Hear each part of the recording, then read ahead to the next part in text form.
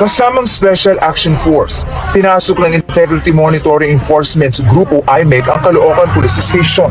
Ang kanilang target, isang police major at 2 pang pulis. Sumbong ng mga kamag-anak ng mga nakakulong sa nasabing police station.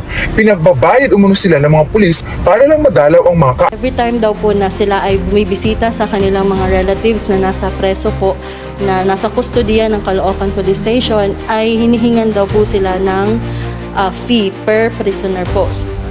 Sa nakuang impormasyon ng IMEC, 200 pesos ang singil para makita ng kanilang kaanak ang preso.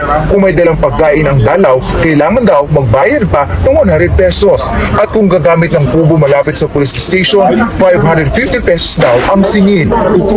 May dagdag singil pa raw kung susobra sa oras. All in all, usually, sabi ng ating complainant, ay nakakapagbigay sila ng 1.5 per visit. Matagal-tagal na rin daw na nangyayari ito. Ginagawa talaga nila ito sa lahat ng preso. Yes po, sa lahat po ng preso. Parang kapag bibisita ka doon, automatic na po ay yun ang hinihingi sa iyo. Bukod sa mga pulis, sangkot din daw sa nasabing gawain ang 2 inmates. Sa kanila raw ipinadadaan ang mga bayad.